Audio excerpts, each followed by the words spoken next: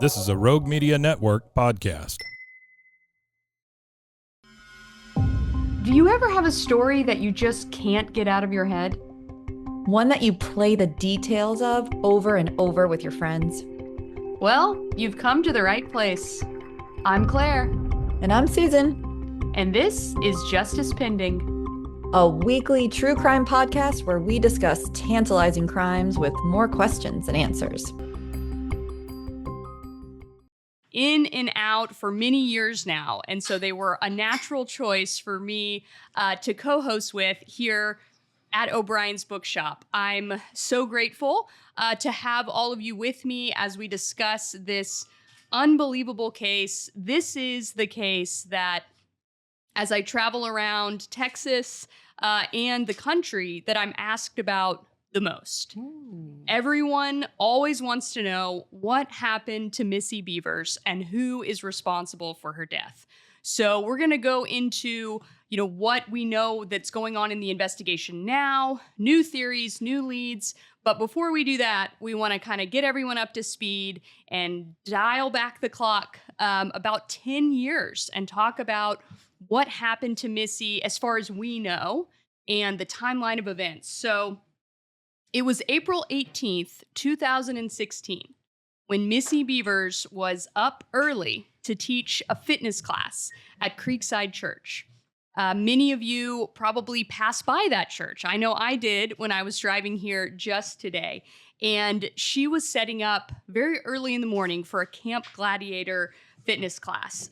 We are coming up on the 10th anniversary of this murder, which is really hard to believe considering how much information initially came out in the case. I think we all believed that this case would be solved in those early days, but sadly, we are still sifting through a lot of the same information that they released in the very early days of the investigation. So I would love for Crystal and Renae to share how they got involved and, what their early impressions were of the case back in 2016. Renae has a better story than I do, but I'll start off with I got involved because I saw it on the news, like probably the rest of you did. And I grew up in DeSoto, Texas, which is not far from Midlothian. A lot of friends in Midlothian back in high school and now. And it caught my eye to see something crazy happen in such a nice little town like Midlothian. So I stopped and watched the TV that morning, the morning of the murder. And they said a woman got murdered in a church. And it just, what? I just kept watching and listening, and I realized after they started releasing more and more information that she's exactly my age. Her 3 children are exactly the same age as my kids. I just became obsessed. And then I got to meet Renae, and the Facebook groups that form for everything now. Back then they weren't as common, but they started forming all these groups about Missy's murder. And I was quick to join those to see if we could learn something that wasn't in the news. And that's where I met Renae. Yeah. So like she said, we joined the groups. I was the same way. I saw it on the news. I was baffled by this murder in a small town that was minutes from my house. And I actually knew Missy. I worked with her in 2013, 2014. Went to her house every day once a week for an entire year. And so my whole family had met her, and I was just in shock that some woman could go into a church and get murdered, and it just something you don't hear. So like she said, the group started very quickly, and didn't even know what a group was back then, and joined it to see what was going on. And that's where me and her met. We were both in there, and we just started talking about the case, and it just became an obsession. We got to know each other over the years, and we just felt like we had done so much research. Let's start a podcast. So. And we didn't think we were signing up for 10 years of this, and I don't think anyone else did. We were just really interested and thought it would be solved pretty quickly. Yeah. You've got the perpetrator on camera for 28 minutes walking around the church. Yes, they're covered, but we still thought that was something to go on. You would think that would be enough, right? And back in 2016, I was a producer for 48 Hours on CBS News. I was working on the weekly true crime show that came out on Saturday nights. And so this was one of the cases that I was following like Crystal and Renae, thinking, well, this is going to be solved any day and we'll be able to do an episode and cover everything. So I better start collecting all the information now and figuring out who we'll interview. And I have, look back on my computer, and the files that I have go all the way back to the day, that Missy was discovered. And it continued to be one of those stories that I would always follow up with on the anniversary. I actually filmed an anniversary story over at the church and talked to Brandon, Missy's husband, and her children at their home. They were so kind to invite me in, and a producer. And, we worked on this story that never aired on CBS News, just because of the news cycle. And they were going to do an unsolved edition of it for an anniversary, but it got bumped for like breaking news at the time. And then they never picked it back up. And Brandon was so gracious about it when I explained, oh, I'm so sorry, but it's news, and something happened with politics or whatever it might have been at the time. And they bumped the story, but it stayed close to my heart. And I knew that it was one of the ones that I had to look at more. And as people continue to ask me about it, I wanted to be able to give them as much information as I could. And so let's talk about the actual timeline of this murder. So it's very early morning hours. If you know anything about murder, it usually happens under the cover of darkness, right? But this is 4:30 in the morning when Missy arrives at the church. So she's preparing for Camp Gladiator fitness class. And she's brought her cones and her exercise bands and weights and all the things that people use to do these fitness classes. And she's there to set up for a 5 a.m. class. But when she gets there, there's actually somebody else already in the building.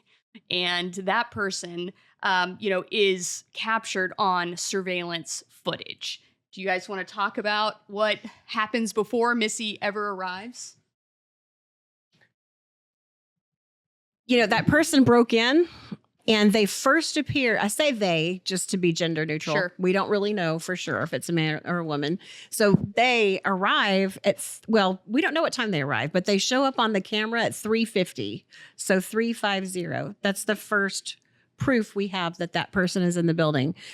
And it's just terrifying. It's like a horror movie, thinking that you're walking into a dark building and you're alone and it's raining. So eerie for Missy. But then we've talked about over the years, Renae and I just get so angry thinking about how terrified she must have been when she realized she wasn't alone. Yeah. And realized that person was there to do her harm. And we've also talked about how we would have ran out of there in seconds. I mean, I can't imagine. She was super brave, like walking into a church and in the darkness and hearing noises, being alone. And not to mention the forensic podiatrist that worked on this case, he said that he has seen more of the video than the public has. They let him see a lot more because they didn't, out of respect for the family, the police said, we're not releasing any footage of Missy walking in. But he saw it, the forensic podiatrist. And he said when Missy walks in, she jerks her head. So you can tell she hears something. That's what Renae always, and I always say, we would have been out of there. Yeah. But Missy was brave. She walked down the hall toward the noise. We don't know if she heard a shoe squeak. We don't know if she heard someone say, hey, Missy. We have no idea what she heard, but she heard something and she went toward the noise. And the reason why she was having this class in the church to begin with was because of the weather. So she was a dedicated fitness instructor, and normally they would train outside. But she had sent out a notice to all of her Camp Gladiator clients that they, even if it's raining, we're still training, right? And that they were going to be indoors for this particular workout. And so that notification went out overnight. So they had just a small amount of notice that this is what was going on, because they make the decision based on the weather. They prefer to be outdoors, but they have these alternate locations should, weather require them to go inside. So the idea that this is a targeted attack, of course, is what has really taken hold. But there's another theory, potentially, that the church was the target and Missy just happened to change her plans and ended up in the church on a Monday morning at 4 or 5 a.m. when normally most people wouldn't be in this church. So lots to consider in this case that has gone unsolved for so long. You think the natural theories, were they true, they'd already solved the case. There's a lot of logic to that if the traditional true crime narrative was applicable here, we wouldn't be talking about an unsolved case. We'd be talking about, here's who did it. They got caught. They went to jail. They've been on trial. They've been convicted. But here we are still wondering, puzzling, scratching our heads. Who could this person be? So let's talk about what happens next. So early arrivals to the class discover Missy's body, and they call 911, as anyone would. Those calls have not been released because the case is still unsolved. It's an active investigation, and it's very normal for the 911 call to not be released until there's an arrest made. And I will just tell you that in 1/3 of all murders, the person who calls 911 is the killer. I don't think there's any chance that that's the case here, but just statistically, that usually gets a surprise from the crowd, because it is surprising. But 1/3 of the time, the person calling 911 actually committed the crime, and they believe by reporting it, they will, be absolved. They won't be a suspect. But actually, if you call 911, spoiler alert, you're the first suspect. Yeah. So for authorities, you're the first suspect because you're on the scene before anyone else, right? How are you there? Why are you there? What do you know? What could you potentially have done before you called 911? And when it ends up being the killer who called 911, they have usually staged the scene in some way. And they think that they're smarter than the cops and smarter than, the FBI and everybody else. And that by calling 911, they're going to control the narrative. So that's something that always has to be taken into consideration when you have a 911 call. You don't always have one. Sometimes the body's discovered by law enforcement, right? But in this case, it was just the people in her class. And so Camp Gladiator goes under a microscope for this murder. There's actually a couple of podcasters that I work with on Rogue Media Network that have a show called Bloody Happy Hour that were Camp Gladiator instructors, and they also knew Missy. So it's just a small world in Texas true crime, right? And there's so many connections. And so after this 911 call, of course, Midlothian police arrive at the scene and they start combing for evidence. And thankfully, they find that the building has video surveillance. I will tell you so many times, these buildings where murders occur, homes where murders occur, they have cameras, but they're not working. They have cameras, but the service has been canceled, right? Nancy Guthrie, anyone? It happens, right? Sometimes they can recover it if all the resources are dedicated to that case. But many times, the cameras just aren't even, there's no tape. They're not turned on. They're just there for aesthetics. And so we really are fortunate. You don't get to use that word a lot in this case, but the fact that there are actually working cameras in a church, it's pretty amazing, because most of the time they're just there for show and they don't actually keep the systems up. So that's always been interesting to me. And I have heard previously that the church had some security issues. And so they were working to make sure their cameras were on and that they were keeping their footage. So that kind of makes my eyebrows go up and think, well, how many churches have security issues and need to have, fully functioning security equipment? Could that be a clue here, right?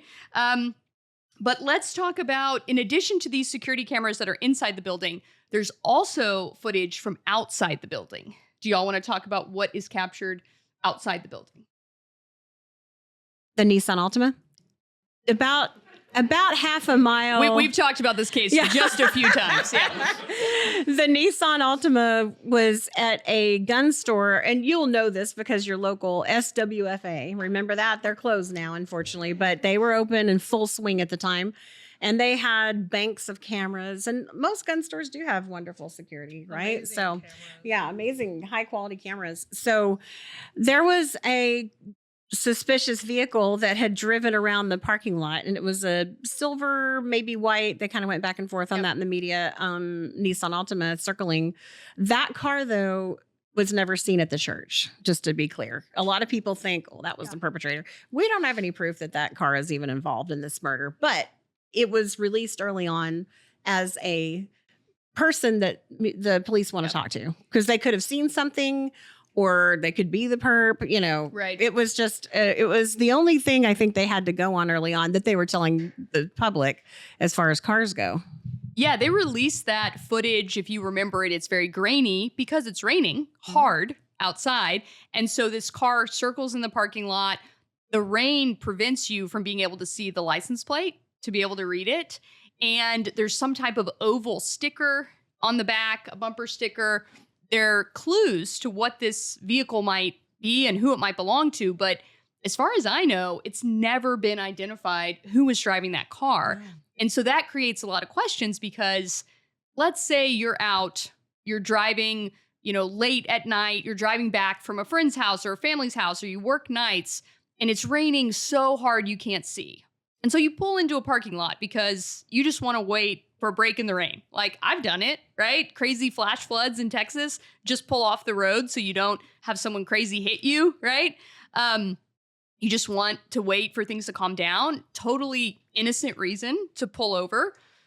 But considering all the coverage, it really seems like if anyone who was from around here had pulled in and then they saw, oh my gosh, they think my car has something to do with the murder of Missy Bevers, I better call them and say, hey, I was working late. I worked the night shift. I drove here. You can come see my car. I don't have anything to do with this. And you can check this off your list, because this is still a very robust lead for law enforcement and hasn't been able to be eliminated. And so people wonder, well, does the person have something to hide in this car? Do they not want their name associated with the investigation? Are they trying to lay low?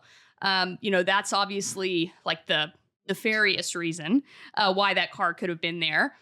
I think possibly like a third possibility is this person isn't local to the area. Yes. They were driving through, right?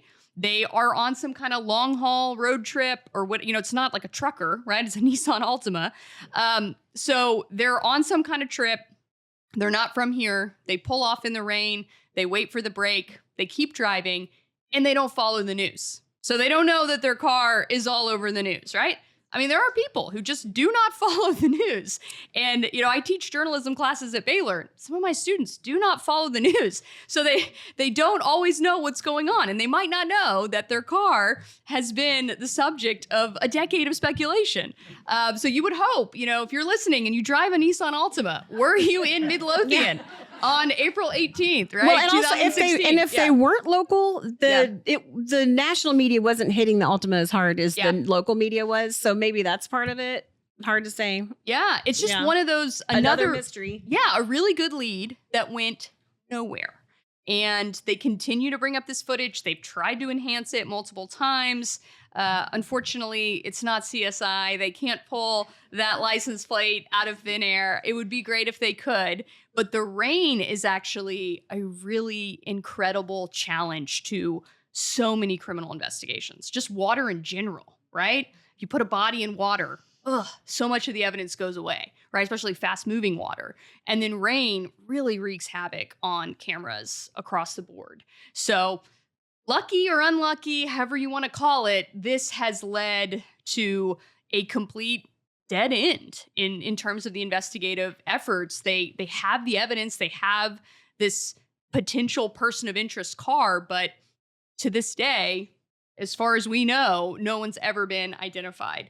And then Renae talked about the broken window at the church. That's really the only other piece of really physical evidence that kind of helps create somewhat of a picture of what could have been going on that night. I know I've talked with Crystal and Renae previously about our theories about this broken window and the idea that the person who wanted to break into the church was testing the security system. So this happens, not infrequently in crimes that are really planned, thought out, where a criminal will go to a location and attempt to trip an alarm to see if anybody shows up. So let's play this theory out. They break a window, and then they drive their Nissan Altima across the street, and they wait and they watch to see, does anybody show up? Do sirens come? Does an unmarked car come? And they wait because it's, 3:50 a.m., right? Timing is pretty close together, too. Pretty close. So that's one theory.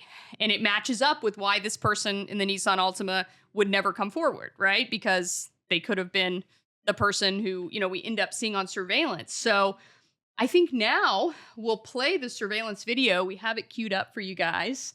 And this is just a 2-minute clip, but this is the footage that the Midlothian Police Department released as part of their efforts to get information from the public. So as you see, this is the suspect on camera wearing full police SWAT gear attire, not an authorized member of law enforcement to be at this church, to be at this location, but dressed head to toe in tactical gear. This is someone who has completely obscured their identity to the point where we actually don't know their race. We don't know their gender. They have used, authorities have used different technology to try to estimate what the height of this person is based on where they hit different door frames and other physical markers in the building. And so they've estimated their height at fairly short, like 5'2" to 5'7", which has created a lot of speculation that the killer could be a woman, because 5'6" is the average height for a woman. So the idea that it could be a man, but he's shorter than average. 5'8" is an average height for a man. So it is interesting. You can see at times like a lighter complexion. So it does appear that the person's probably Caucasian, but there's really no clear indication there's really, it's very, very little to narrow down what other characteristics this person has. I'm curious, Crystal, Renae, what stands out to you from this footage? Early on, the police had used male pronouns when they talked about this perpetrator. Just a few days later, I remember Kevin Johnson from Midlothian Police, he corrected the pronouns. He said, we're not so sure it's a he anymore. We're going to say it could be a woman, because they said, quote, we see a feminine sway. Yeah. And I agree with that. You do see some feminine movements from the perpetrator if you watch all the video that's been released. So that's kind of what jumps out at me. I would have to say the part where the perpetrator is standing facing the door, they turn around and they start adjusting some of their stuff or maybe putting some tools back in their vest. And at that point, they turn around and they kind of pop their hip. I feel like that is the female. Yeah. I tend to think there's more than one there. But that's the female part of it that I see. Interesting. Yeah, there are countless people millions of people who have viewed this YouTube video, and there are additional videos from Midlothian Police, from the FBI, from other people who have posted various clips online. So this clip has not wanted for attention, right? But everyone is still trying to understand what they're looking at. And whenever I spoke to Brandon, Missy's husband, about the fact that I was doing this live podcast and, let him know and just got his approval for us to do this show here in Midlothian, he brought up something very interesting where he talked about how the killer doesn't look rushed. The killer doesn't look like they have a real agenda. They're very lackadaisical, nonchalant.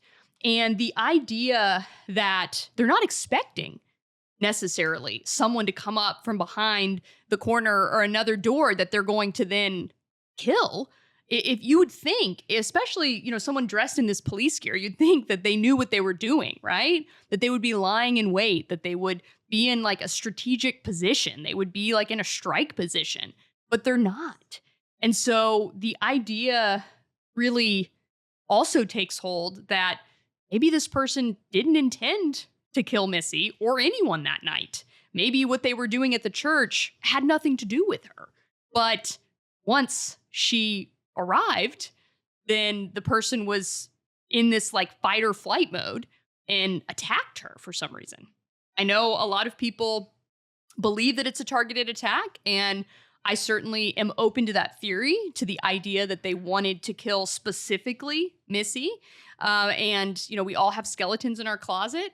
God forbid anyone's cell phone here tonight one day becomes evidence in a criminal trial or subject to a search warrant, because, you know, we've all talked to people and done things and seen things that we probably wouldn't like to be public.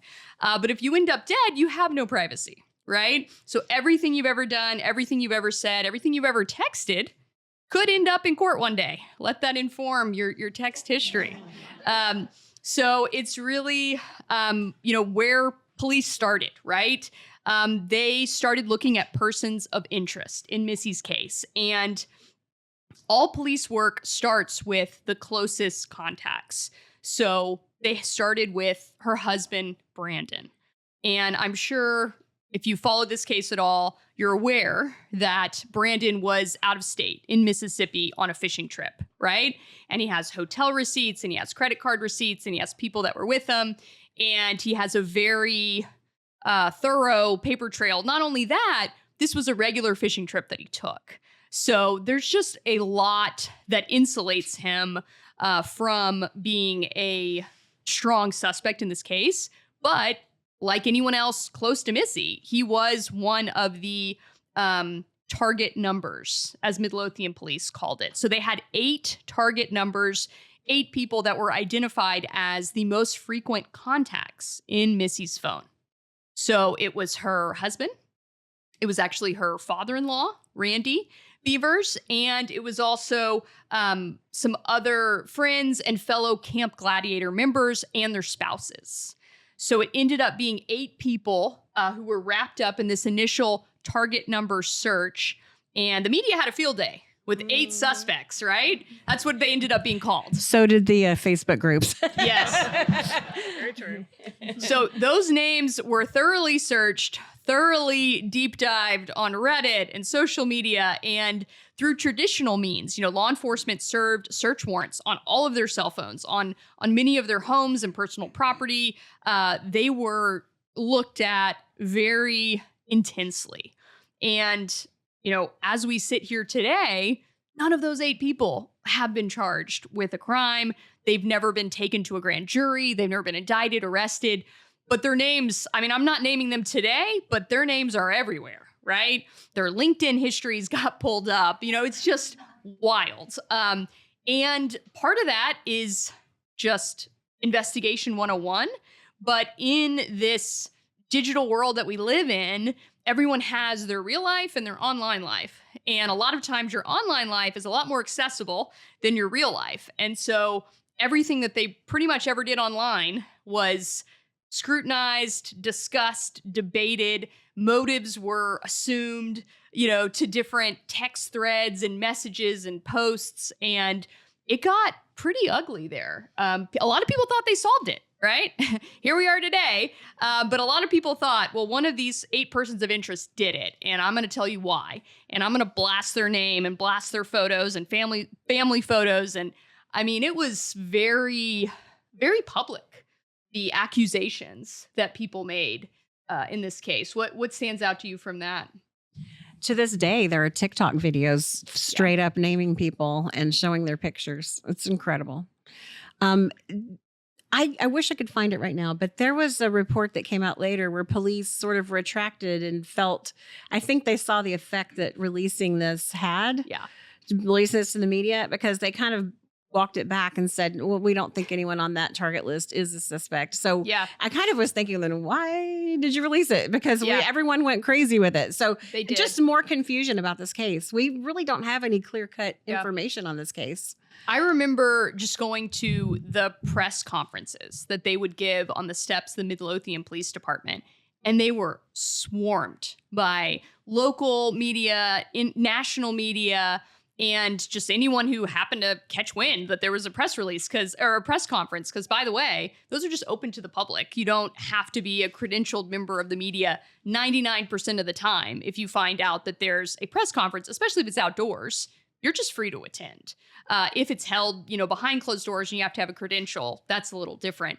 But in this case, they were just talking about it on the steps of the Midlothian Police Department. And so people were showing up and they wanted to give information. They felt like they needed to show that they really were working this case. In my opinion, that's why they released the 8 numbers, where normally they might hold that close to the vest, but they actually released them and allowed the public to see what they were doing almost in real time in the investigation. I've worked with a lot of different law enforcement agencies as a journalist, and their media policies can be all over the map. Most of the time, law enforcement is very tight-lipped about cases until they're solved. And then, once they go to trial, they're very happy to open up and talk about them and talk about their investigative efforts and how they paid off. But a lot of the work, for good reason, goes on behind closed doors. And the integrity of the investigation kind of requires that secrecy, right? There's always holdback information that only the killer would know. And so the more that investigators talk to media and other people, in some ways, the more risks that there are that they might reveal some information that shouldn't be public. And so a lot of times they just say, we're not going to talk about this case. It's open and active. And they just kind of give the bare bones information. Midlothian Police Department did not do that. They actually gave a lot of information out. It almost seemed like they were deputizing the public to go try to help them dig up information on these 8 target numbers. But hundreds of tips started coming in to the hotline that they'd established.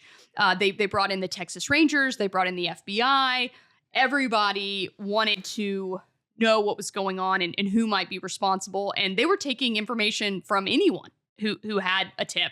And one of those tips seemed really promising at the time. It was about a bloody shirt that had been taken to a dry cleaner in Midlothian and needed to be cleaned. And it just happened to be like a woman's extra large sweatshirt, right? And it was very suspicious whenever the dry cleaner ticket came back to a member of the Bevers family. This made international news, y'all. This was 2016, so you might have to jog your memory. But Crystal and Renae, do you want to talk about who brought in this bloody shirt and what happened next? Okay, so Brandon's father, Randy Bevers. Yes. They had heard that there was some commotion going on about this bloody shirt. So him and his dad go up to the police department to kind of put out this fire. So they're up there and they're, talking to the media, and Randy is answering questions. So apparently they were staying with the daughter, Brandon's sister, and they had a small dog. And then the sister, their daughter, had a dog. Well, apparently the 2 dogs get into a fight, a really bad fight. And the little small one, which is Randy and his wife's dog, gets injured bad. Yeah. So I guess they're picking up the dog. They've got it, on their chest, and blood is going to be on their shirt, right? So they, had to take the dog to the vet. The dog dies. So at that point, I guess they just decided to take the shirt into the dry cleaners. And this is what prompted, the dry cleaners to contact authorities and say, hey, we have the bloody shirt over here. And, the last name is Bevers, and we have this murder. So y'all need to come investigate this. A lot of times the story gets really embellished that the shirt was just dripping with blood. It was not like that. It had some blood on it from a small animal, that little dog that got killed. But nevertheless, that's how that happened. Yeah. That's how he got pulled into it. And it's kind of just never stopped. Yeah, people started analyzing Randy Bevers' walk, his gait, his height. It was all anyone wanted to talk about for a while, that, oh my gosh, Missy Bevers' father-in-law fits the profile, right? And it didn't help that at the end of the press conference, the cameras stayed on Randy. He turns around and kind of waddles into the building. And everyone was like, that's the killer. He walks exactly, he's got that same kind of a limp, and he wasn't doing himself any favors. And it's not, you can't help the way you walk and the way you look and like your body composition. It just happens to align with a lot of the characteristics of this suspect. But just to put your fears at ease, not only did they check the alibi of Randy Bevers the night that Missy was murdered, but also they tested the blood on the sweatshirt. And it came back as animal blood. It's not human blood. It's not Missy Bevers' blood. It's not any person's blood. It does actually belong to the dog. The Chihuahua story checks out in this case. So as weird as it is, as much as it seems like this has to be related, it's really just another strange, false trail. And we feel so bad for Randy Bevers and his wife because, his daughter, Christy, was on our show, Brandon's sister, and she went through all the details of the story we just told. And it's just so unfortunate that they flew from Southern California as soon as they heard about Missy's murder. They drop everything, fly, they bring their dog. And then, their daughter-in-law's been brutally murdered just out of the blue. They're at Christy's house. Their dog gets killed. And then Randy takes the sweatshirt in and then and then now everyone thinks he killed Missy. I'm sure he was just thinking, I was trying to be a supportive family member. I should have stayed in California because all of this stuff. He got wrapped up in it. It didn't work well for him at all. Yeah. And it's really, really sad. And to this day, many people believe. A lot of people say it's the father-in-law. Right. Although he does have one thing going in his favor. He's not 5'2", between 5'2" and 5'7". So there's that. Yeah. That's true. Yeah. That is true. Quite a bit taller. So let's talk about the suspect profile, what we do actually know and who this person could be. We've discussed how experts analyzed the footage and they estimate the height between 5'2" and 5'7", gender and race unknown. The particular gait seems to be the biggest clue, and they actually had a forensic podiatrist examine this gait and say, like, does this person have some type of deformity? Do they have some type of known issue that we can try to narrow down? And have they had some type of foot surgery? Are they, in a walking cast? And so one of the suspects that came up that was looking pretty good for it at one time was Bobby Wayne Henry. So this was a man who had once worked security at Creekside Church of Christ and who volunteered to work security at Missy's funeral. The reason why I'm saying his name, and I'm not saying the names of other people, is twofold. Number one, he had a search warrant executed on his property in December 2016. So he's publicly been named by police as a person of interest in this case. And whenever they went and looked at his property, they actually found tactical gear that matched similar gear that was worn by the killer. And they also found a burn pit that had recently had charred remains. They also found a laptop with child pornography on it that was used to have him, arrested, detained. This guy was very suspicious and had previous sexual assault allegations in his past. He'd been arrested. He'd been fired from another job as law enforcement due to his misconduct. So he was looking pretty good, y'all, as a suspect. But unlike, all the yeses, the check boxes, he's also 6'1". So that's one of those elements that really hasn't squared.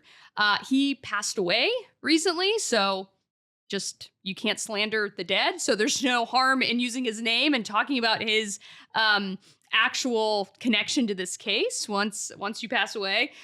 So he's someone that, was interviewed about this case. Law enforcement did hold for a period of time. And I remember talking to someone within the investigation that described Bobby Wayne Henry as Teflon, that everything thrown at him, nothing would stick. And he continued to get off, not just on this case, but other cases. And some people looked at his prior career in law enforcement, which ended due to, his own actions, as possibly, the idea that he was smarter than your average killer and kind of knew what law enforcement would do. He was always my favorite suspect, personally. I thought that he the idea that he volunteered to work security at Missy's funeral was one of those like psychopathic traits where they really want to be close to the action, right? And the video of him walking around the parking lot, y'all know what I'm talking about. He has that same gait. And that's not just me saying it. A forensic podiatrist examined his gait and the walk of the killer. And they said that they couldn't find enough, dissimilar things to say it wasn't the same person. Now, the height doesn't match up. So is there a problem with their forensic analysis of the height? Or is this, he fits every box, but not the one that you can't change, which is how tall you are, right? You can't make yourself shorter. You can make yourself taller if you wear, and I've seen this happen in murders where the killer wears lifts in their shoes. And they actually wear like ski socks, really thick socks, to leave a footprint that's 2 sizes larger than their own footprint. Some of these killers are really smart, y'all. And they're thinking about that. So they're 2 inches taller because they got the lifts in their shoes, and their shoe size is 2 sizes bigger than their actual shoe size. This happened in the Eric Williams case in Kaufman County. You guys know what I'm talking about? Mm-hmm. Thankfully, that's not justice pending. He was caught and is now on death row. So we can hope that this story has a similar conclusion one day. But I would love for Crystal and Renae to talk about some of their suspect theories in whatever way they're comfortable discussing it. They have some interesting theories as well. Bobby Wayne Henry was always my favorite one as well, until I can say this now because we're no longer afraid of him because he's passed away. We used to be afraid of him. We're like, don't say anything in public. But Bobby Wayne Henry was at a PetSmart or a Petco. PetSmart. And she was behind him in line, and she texted me. She goes, he's right in front of me. I was like, what? And so I said, get a picture. So she gets a picture, and she sends it to me. And let me tell you, he was huge. And there's all the other regular sized people around. And he wasn't just tall, big, broad shoulders. There's just no way that's the perpetrator in the church. There's just no way. I also videoed him at Walmart. This was all top secret until recently. Like, so yeah, it still feels so liberating to tell these things. I was like, we're gonna get this for once and for all. Yeah. Well, and my suspect is a female, and she left Midlothian back in 2020 and lives really far north, almost to Canada. And there is probably, we would need about 3 or 4 more days of this event for me to explain why I think it's this person, but that's my person. And she has contacted us. I don't think she likes us very much. So so that's who we think it is. I don't know what the motive is. That's the problem. We can't think of a motive, but I'm sticking with that for now. A lot of people do believe that the killer is a woman for all the reasons we've discussed. So that, remains a viable theory. I feel like the fact, like I always go back to the final days on Earth, right? That's my bedrock. And the fact that she was, at a Camp Gladiator conference in Austin the weekend before she's killed, and she's killed on a Monday. And Mondays are also like church holidays usually. Got some church folk in the crowd, right? They close on Mondays. Everybody needs a day off, right? So that's kind of their Saturday. Because Sunday's the big show, right? So they got to work Sunday. So Monday's a day off, sometimes Tuesday, but almost always churches are closed on Monday. So that's always stuck with me, that the killer, if they knew anything about churches or that church, they probably knew that no one was going to be there Monday morning. And they might have thought that they were going to be alone to do whatever they were going to do. And the idea that this person was so enraged that they would kill someone who came upon them, rage is a crazy thing. And it doesn't always get meted out to the person that's responsible. Have you ever had like a spouse blow up at you because they had a bad day at work, right? It doesn't have anything to do with you. Their anger is just coming out, right? It's their outlet. So considering that the close circle around Missy has been under such scrutiny for the past decade. And we know that there's a fresh investigation going on right now, starting from the very beginning, looking back over the entire case. There's new agencies involved, and they are really going back through, re-interviewing everyone, seeing if they missed anything. So I'm encouraged, because a lot of cold cases don't get that kind of attention 10 years out. Right. Yeah.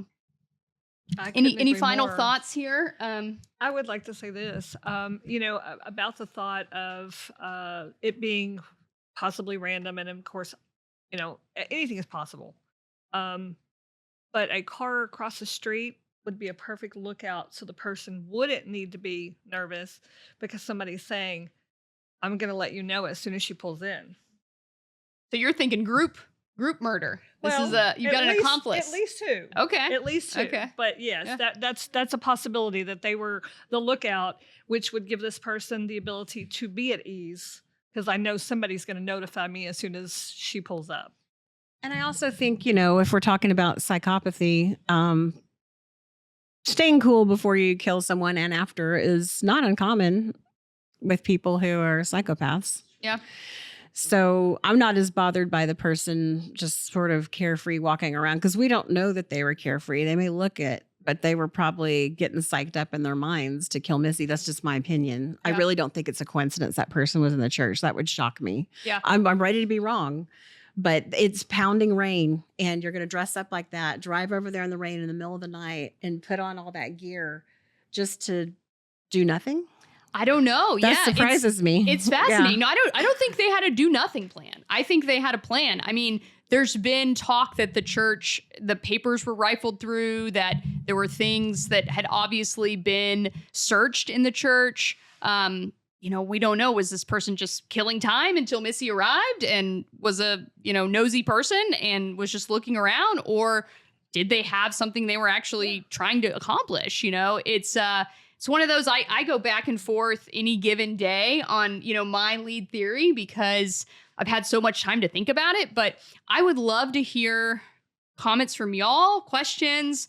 We'll take your questions now and please feel free to ask us anything. Yeah. In the back there.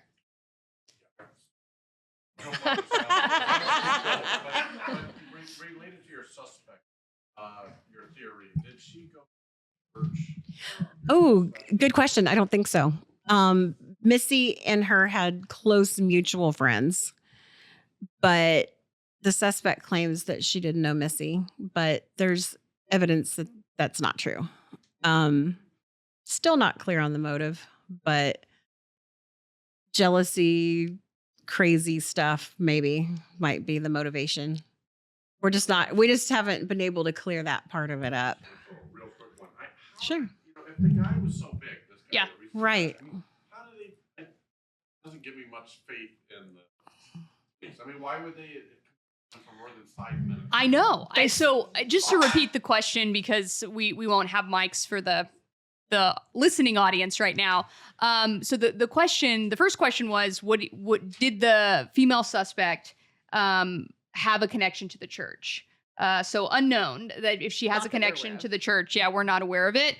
And then the other question was, if Bobby Wayne Henry was 6'1" and the forensic analysis of the video said the suspect was 5'2" to 5'7", why did they even serve a search warrant on him? I think it's because they don't have that much confidence in their forensic analysis of the video, because if they did, it would rule him out, right? So to me, the fact that they went as far as they did makes it questionable in my mind what we can really, I don't have the skills or the tools to do that. I don't know how to recreate. I guess if you got inside the building and you measured the height of the doorways and, all those types of things, and obviously law enforcement has access to do that. But the fact that they continued to investigate Bobby Wayne Henry as much as they did is surprising, considering how readily available his height is. That's one of the basic things you get when you book somebody in on their mugshot. And that was a very thorough search warrant. Yeah. They took his electronics, they took his car, they went through his whole house. And I think the reason they might have leaned on him more than they needed to, or than they should have probably, is because some of the tips came from people really close to him and people that worked with him. So they had law enforcement officers in other jurisdictions saying, I think it's him on the video. So I guess they probably felt more obligated to take it seriously than maybe if it was just coming from someone else. I don't Yeah, know. that's a good point. I think anytime you have fellow law enforcement being like, "Hey, check this guy out. I worked with him, and I'm suspicious." That's something you're going to look into. Yeah. I think one of the biggest reasons that he was considered in the beginning is because the very first height they had was 6 foot. Oh. So I think that's the reason he was considered in the beginning, and then it at some point changed to 5'2" to 5'7", and then it went to 5'2" to 5'8", plus or minus 5/8 of an inch. Oh my goodness. So when it was 6 foot, it was him. Yeah. Interesting. I guess it's one of those things where you have so many experts and they all give their own opinion, and you kind of throw a dart and decide which one to believe. If you've ever attended a criminal trial and you hear expert witnesses, you'll have dueling experts. One will tell you that it absolutely, the sky is blue, and the other one will come on and say, no, it's chartreuse, and they'll both convince you. So it's very interesting how that can work. Thank you. Other questions? I'm kind of OD all this last week. Thank you. And so I've heard all the details about it. And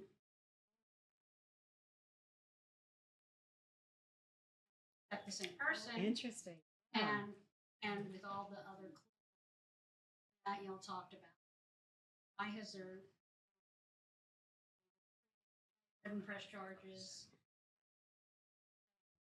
I've often wondered, for them to go after Bobby Wayne Henry as hard as they did, why haven't they even done any search warrants on that? That's a great question.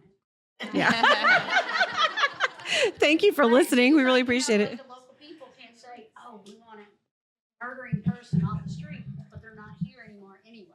Yeah. So what? And it doesn't sound like Brandon or his family down the doors sound like they buy it. I don't know. Yeah. I mean, what does it take to turn them around? And Missy's mom living so far away, in Jacksboro, and, being an older lady. I mean, she's not out there in front of the media here locally. It is interesting how there doesn't seem like there's a lot of push from the family, like you were saying. That's kind of why we started what we did, was to keep it in the public eye, because it seemed like it was starting to die down. And we thought, we know a lot about it. We've been researching it for, what was it at the time, 4 years we started it. And we just decided to help keep everybody apprised of it, keep it out there, and then hopefully have people coming forward with tips, information. We did the billboard, just all the different things. And cold cases really are solved every day. There's cases that are solved through DNA, through other, technologies that advance, and something that was a sample that wasn't usable, identifiable, becomes the key evidence that is able to convict someone. I mean, we've seen genealogy, people's family trees, being used in these cases that were once thought unsolvable. So I have all the hope in the world that one day this case will be solved, and the fact that people still talk about it and keep it in the public eye, that has so much value. It really has a lot of currency in keeping the case fresh. In law enforcement, they watch the news too, y'all. Whenever people are talking about this unsolved case, cops don't like unsolved cases. They want to clear them, and this really does contribute to the efforts and the attention to go after this case again. And there's always new cases filling up. There's always, a more recent case to solve, but the cold cases, they really tug at people's heartstrings, because you think about how long that family's been waiting for answers and justice. And it's not supposed to be this way, right? Justice delayed is justice denied. So people really latch on to cases like this, rightfully so. All right, he's got another question back there. Well, maybe you could shed some light. I'm very, very perplexed Yeah. about the uncertainty, because looking at this video, it feels like if you know where the cameras are, it feels like this is not that hard. Recreate it, and you know the height, with the angles. And get an exact height. Is that what you're saying? Well, yeah. I mean, I can't believe that they 6 foot, 5 foot, 5 feet. Yeah. I mean, I think that they would have it within the, I think Everything within the 8 to 10. Right.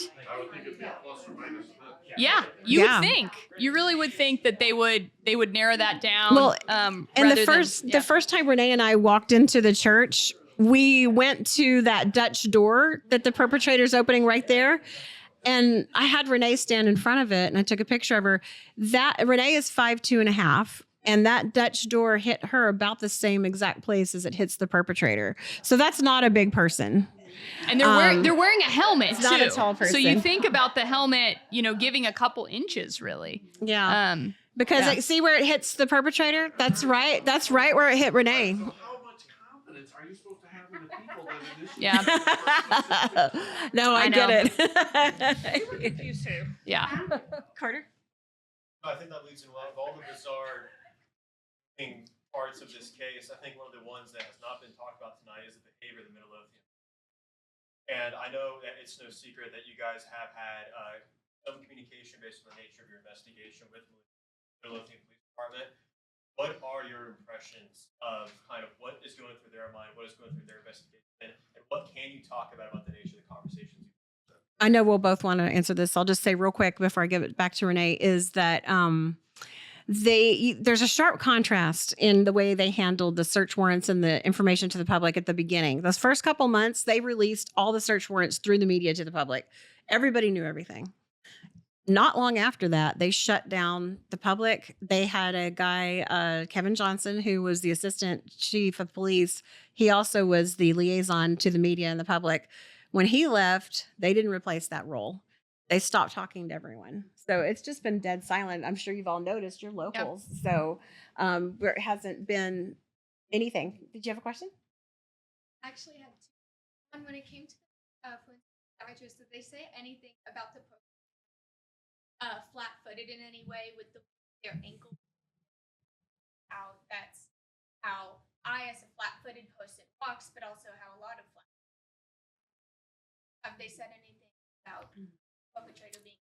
I didn't hear anything about that. From what I remember from the actual forensic report that the podiatrist put out that was released by law enforcement, they felt like the way the person was walking was the clearest indication, like that they would be able to analyze once they had a suspect. They would be able to analyze that person's gait and see if it matched because it was so peculiar. I think an issue with being flat-footed is that's not like something that's on your driver's license. It's not something where they can say like, take off your shoes and let us look at your feet. But they can get video of someone walking, right? You can start surveilling someone. You can see them walking down the street.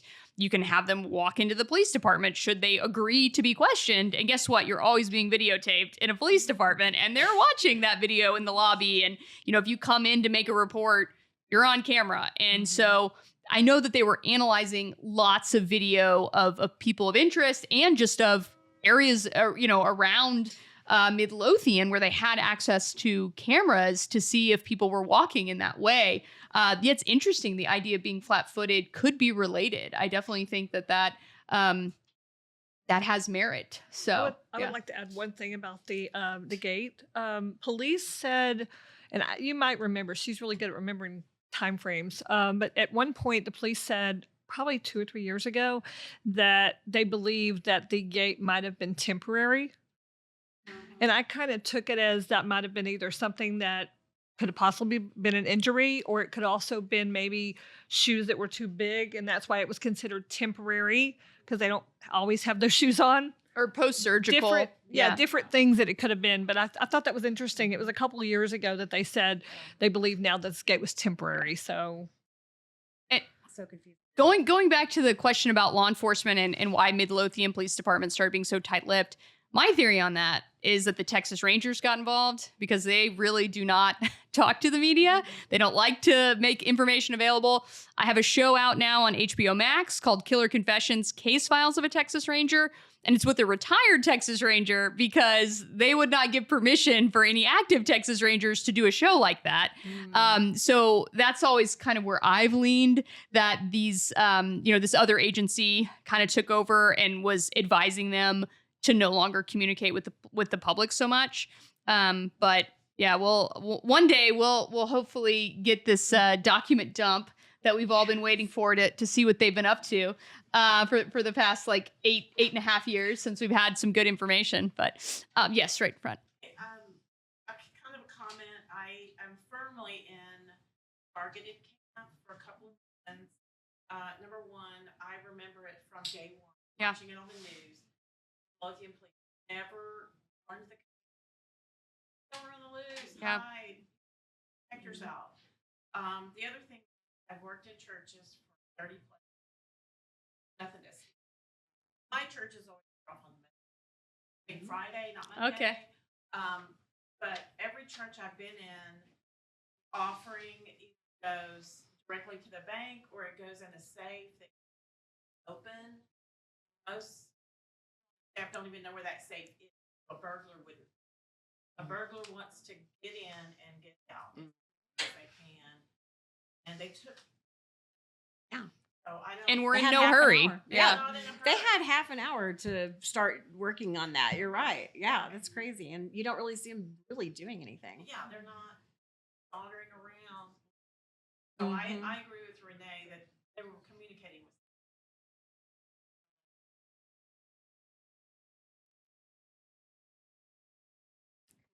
Lady here. Okay, thank you. I appreciate that. You're my peripheral vision here. So yes, go ahead. I haven't heard much about the weapon. Was that Yeah. brought in, or was it? Did they get it at the church? Okay, great question. So this has been something that they held close to the vest for a very long time. Renae looks like Crystal looks like she's itching to talk about it. So I'll let her go. Burst. Yeah. Yes. Okay. So the reason one of the many reasons I'm in the targeted camp is because that perpetrator had a loaded gun on them. How many times have you gone to go goof around someone and had a gun ready to shoot someone? I mean, maybe some people, but it just makes it less likely to me that they were just there to do something like maybe look for some money or maybe just a lot of people think that person was just there just to hang out, and because if they wanted to, like Cheryl McCollum was on our show, if you listen to that episode, and she said she's watched thousands of hours of surveillance video. And like you were saying, the thieves get in and out. And if they wanted to destroy the church, they would be doing that very quickly as well. They'd be turning on the plumbing. They'd be trying to do whatever they can to destroy it, maybe set a fire or something, tearing things up, ripping things down, breaking glass. They just weren't doing any of that. And they had a good half hour. What did she say? The only things they destroyed was the door and Missy. Right. That's what she That said. was it. Yeah. So Sadly. it was a gun. I'm that. Yeah, you're exactly. There was a gun. And the police kept that quiet for a while. We did as well because we could tell they didn't want that out, but it got out. And some people in the media had released it. Some YouTubers had released it. So then we felt like it was okay for us to talk about it after it was sort of spread around a little bit. We didn't want to be the ones that let it out. But once it was out, we went ahead and started discussing it. And there was a gun. It has not been found that we're aware of yet. And there were bullets, they have an idea of what type of gun it was and all that kind of stuff. So unfortunately, that Missy was shot, and we are always led to believe she was bludgeoned because the police said puncture wounds to the head and chest. But I guess technically a bullet's a puncture wound, so hard to say. And that's why the ATF was there too. Yeah. Yeah. And it's really creepy. And Claire brought some really good footage here because the part where you can see the perpetrator, it's not this part, but we'll see it in a minute, walking around, you can see the hammer. It's so eerie. And at the time I noticed that hammer, I thought that was the murder weapon. We don't know if she was also bludgeoned or just shot. We really don't know. They haven't released much evidence about, for good reason, about the actual condition of her body. So everyone's analyzing what they did say, like Crystal quoted, the puncture wounds and the idea that she was violently killed is not in dispute, but the actual mode and mechanism and how many potential, means were used, that's something we don't know. But we do know, yes, that a gun was there and a hammer was there. So it's a very gruesome crime scene. For the people that were curious of how to because some people were like, well, I don't necessarily believe that for whatever reason. It's actually listed on murderdata.org, which is it is a database that they use to basically get information about crimes in the area. Their data that they pull for each city, county, throughout United States, and it actually mentions that there was a 45-year-old woman in 2016 in Ellis County that died by handgun. We know that's Missy, right? I mean, there was no one else that was shot that day or even that week. So, okay, let's pick up your question and we'll make our way back around the room. Yeah. Okay, so you said, who are they bringing in? So it's my understanding they're bringing in everyone that has been spoken to before to have new interviews. And I'm sure they're also reaching out to new people as they expand their, circle investigation. Like as you start any crime investigation, you start with the people closest to the victim.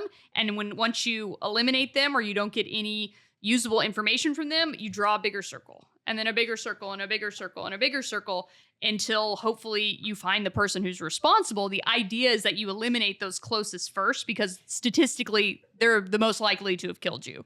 I always tell people, they're like, how do you sleep at night when you do this for a living? And what I usually say is, if you're not afraid of the person sleeping next to you, you're probably going to be all right. Because that's like 85, 90% of crimes is your intimate partner, right? But there's exceptions to every rule. And once you rule out the people closest to you, you have to look at people further and further away in these other circles. I mean, there's a case that was just solved in Des Moines, Iowa. It was a realtor who was killed. Do you know the case that I'm talking about, right? Yes. So Ashley Oakland was killed in a model townhome in Des Moines, Iowa. And this case went unsolved for like 15 years. And it was just solved. And there's a woman arrested. Of course, I thought of Missy Bevers' case because everyone thought that she would have been shot and killed by a man. But they've arrested a woman who worked in the same realty company. They've not revealed the connection, why, she had a motive to kill her. But this is someone who was not in the closest circle, to the victim and was not a man. And eventually they got to this woman. And this case went on for a really long time. It was in their cold case unit. And one of the things that the police there in Iowa credited with solving it is they created this deck of cards. Have you seen this in cases before? So in different states, law enforcement will create a deck of cards, 52 cards in a deck, and every card will have a unsolved case on it. A missing person, an unsolved murder, and it'll have the details, the date, a photo of the victim, anything that they have on it, a case number, and a tip number, and a reward. And they hand out these decks of cards in prisons, on shady street corners. They hand them out to people they think might know something about a murder. So I've had decks given to me. What does that say about me, right? But I've had decks given to me by detectives and other people in other states. And they're like, hey, look through this deck. If you think you know anything, let me know, And so it's something where people play cards with these decks and people talk, right? And so while we don't know all the details yet in the Ashley Oakland case, it's one of those that was a real head scratcher. And people thought that it might never be solved. And a year after they released this deck of cards, there's an arrest and a first degree murder charge. So maybe they need to release a deck of cards in Midlothian, right? We actually did. Yeah. They made Crime Stoppers actually did it. Okay. In this, what I was actually, are they going to bring in like rangers or? As far as I know, the Rangers are involved. Yeah. That they are like heading the investigation. Yeah. So that always gives you more confidence, Our natural causes. He had cancer, unfortunately. Yeah. Yes. Yeah. Thank you very much. Our understanding is it's a Texas Ranger and the lead investigator from the Missy Bevers case, and then I'm assuming other people helping within the department. Yeah. But that was what we got, what we heard from our intel. Right there now. Yes. What are they doing to the door now? Pretending. To the lock? Beating it with a hammer? My opinion is they're just doing that for show, because I'm not a thief. But I can guarantee you, if I wanted to get in that door, I would have got in it. Right. They're not putting any effort into it. That's just my opinion. That's what I see on the camera, on the video. They're just doing it for show. Kind of Because that's not looks like they're just playing around. That's yeah. actually a closet, because we've been in the church before. It's like a utility closet, and it wouldn't be hard to get in that door at all. Another question I have is, have you brought in any of the retired? Not that I'm aware of, but that is a good idea. A lot of times retired detectives, they got a lot of skills and a lot of time on their hands. So they're great people to bring into new investigations. So I'm sure if there were willing retired detectives that volunteered, their time or were willing to come out of retirement and work on a consultant basis, I'm sure they would be. Midlothian Police has been very I don't know what the word is, just not inviting to outside help. They've sent away private investigators. Unsolved Mysteries contacted us to do an episode. This was about 1.5 years ago. Yeah. And we were barreling down the road to having a really good episode on Missy. And it requires the police to participate or they won't do the episode. And that's where it fell apart. So, they're trying to keep that investigation the way they want it. Yeah. They're not wanting outside people, I guess, to come in uninvited.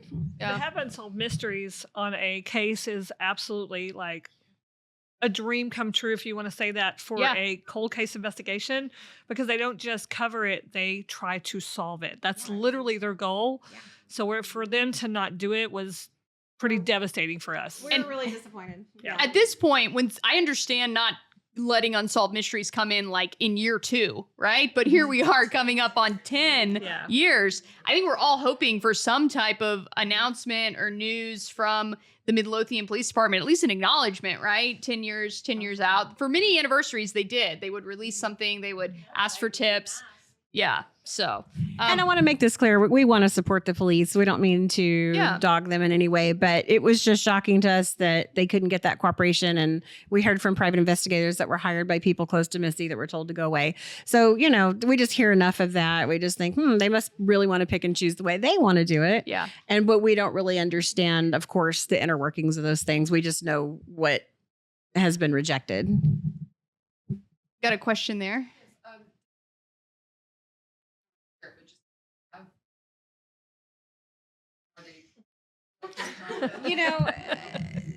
Yes, we used to talk to members of the family and they had theories that were kind of in alignment with a lot of ours, but we don't know what's going on right now with their theories. I think everybody has theories, right? Everyone has their suspect. I've heard from, ex-law enforcement, people involved with Midlothian PD, oh, don't worry, the killer's dead. Y'all heard that one yet? Committed suicide in prison. I can't tell you who, but don't worry, they're dead. And I'm like, that is just no help at all, right? But everybody does have a theory that they've, come up with and kind of lets them have, like, it makes sense to them, right? It gives them a certain measure of peace, if you can say that, just to think, well, this is how I can't prove it. They haven't been arrested, but this is how I think it played out. And so, yeah, I think everybody has a theory. Yeah. Departments with collaboration, university, forensic science departments, with graduating students. Do y'all have hope that maybe in the future, this case, and along with all thanks to the collaboration between departments, graduating? Yeah, great question. So she was asking if we think that cold cases could be solved by greater collaboration with forensic science students and police departments. Absolutely. We've seen that happen. Arlington Police Department, worked with UTA. They opened up the books on their case. An entire class, spent a semester digging through a case. I think that's a great way to get fresh eyes on a cold case. The issue there is the police have to invite you in. They have to be willing to share everything, and it has to be something that is a full collaboration, or else you can't investigate half of a murder, right? So that really just requires that level of cooperation that can be rare among police departments. But and then my follow-up question, announcement of collaborations with Dallas Police Department, other universities. How many cold cases? Oh, they department actually cooperating with. Yeah, I mean, potentially you could solve, one or two a year if you had this case that was the full focus of these classes. And I mean, be hard to imagine someone batting 1,000 and always solving a case. But if you had enough universities researching, different cases or even the same cases, it would give you a greater chance of getting a case solved. So I do think that's a very promising new avenue for people to look at cold cases. Well, I mean, earlier the question was brought up as to why all the investigating into Bobby Wayne Henry, if his stature clearly shows. I mean, he could not have been the one to do it. I mean, could he have had any involvement? I mean, he's a crooked cop. He's been in the community a long time. And if anybody had access to tactical gear they could just give out, I mean, a full outfit, totally fitted, it'd be him. I think as a quick follow-up, as we could see the behavior of the perpetrator, I mean, you had mentioned, Crystal, it just being, maybe they're amping themselves up, that explains his behavior. But the longer I look at it, the more, I mean, just randomly opening and closing doors does not seem to be in any hurry. I think the word manic really applies to this. Do you think there could be any kind of drug use or anything? I do see it as nervous energy. Yeah, because I do. Because it's just sort of senselessly. I would hope there's some drug use involved, like just sleep better at night, just knowing this person's that messed up.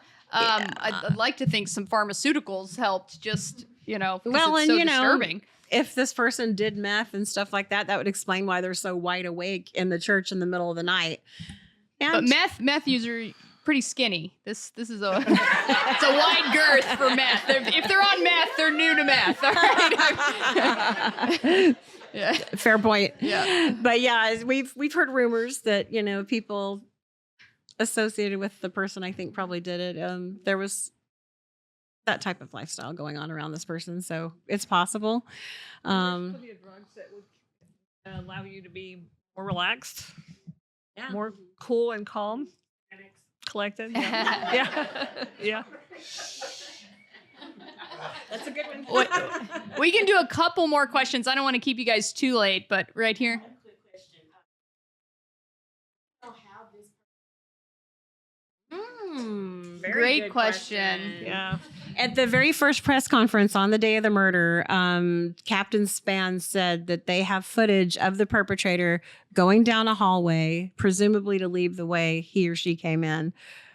But that's never been discussed again. Yeah, I remember hearing something about a dark Explorer, like they thought was like brown or blue, like a Ford Explorer. Dark SUV. Dark SUV. And of course, Bobby Wayne Henry drove a dark SUV.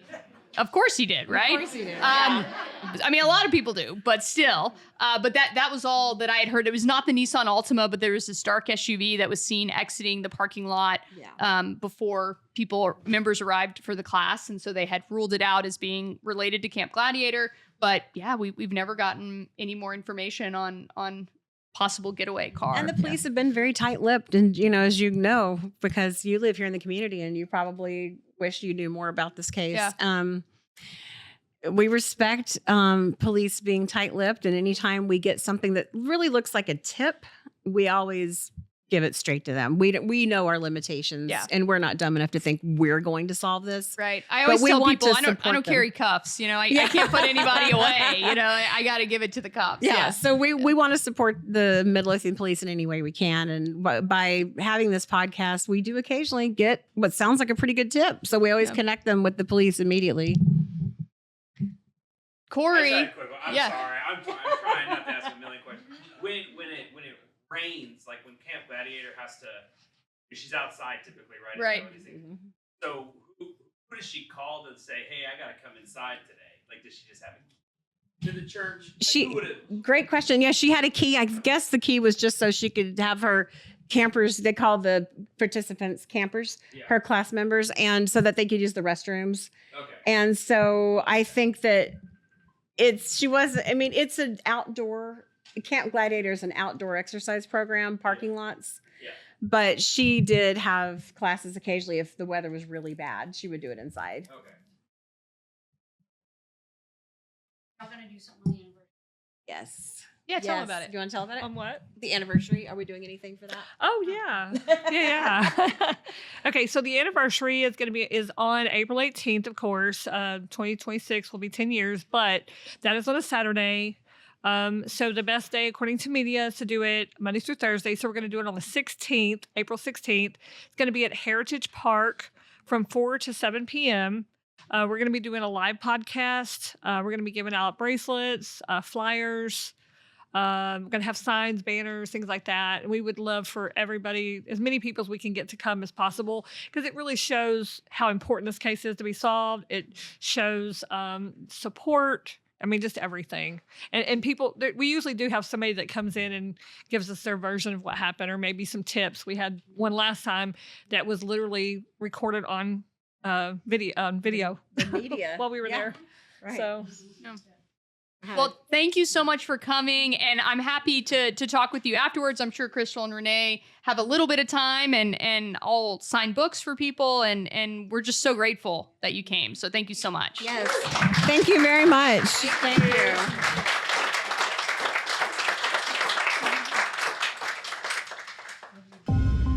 Justice Pending is recorded in Dallas, Texas for Rebel Studios. It's hosted by me, Claire Sanama, and Susan Passoni.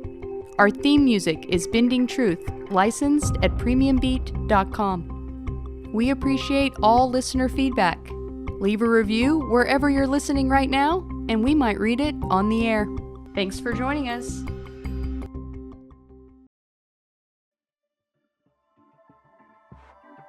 This has been a Rogue Media Network production.